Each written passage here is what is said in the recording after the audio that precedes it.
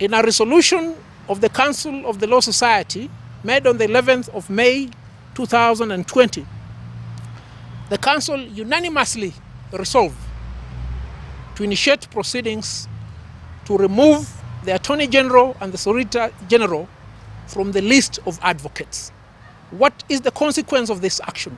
It means as soon as we remove them from the list of advocates, they will cease being advocates of the High Court. And if they cease being advocates of the High Court, they also automatically cease being the Attorney General and the Solicitor General.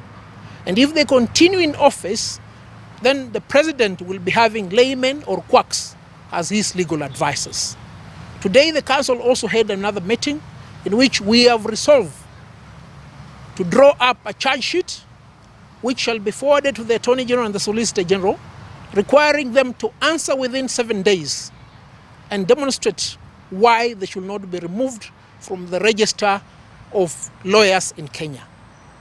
A trial will be conducted by the membership of the Law Society of Kenya in an AGM that will be constituted, when these two advocates will be given an opportunity to tender their defense, and the members will give them a hearing and make a decision whether or not to remove them from the register of advocates.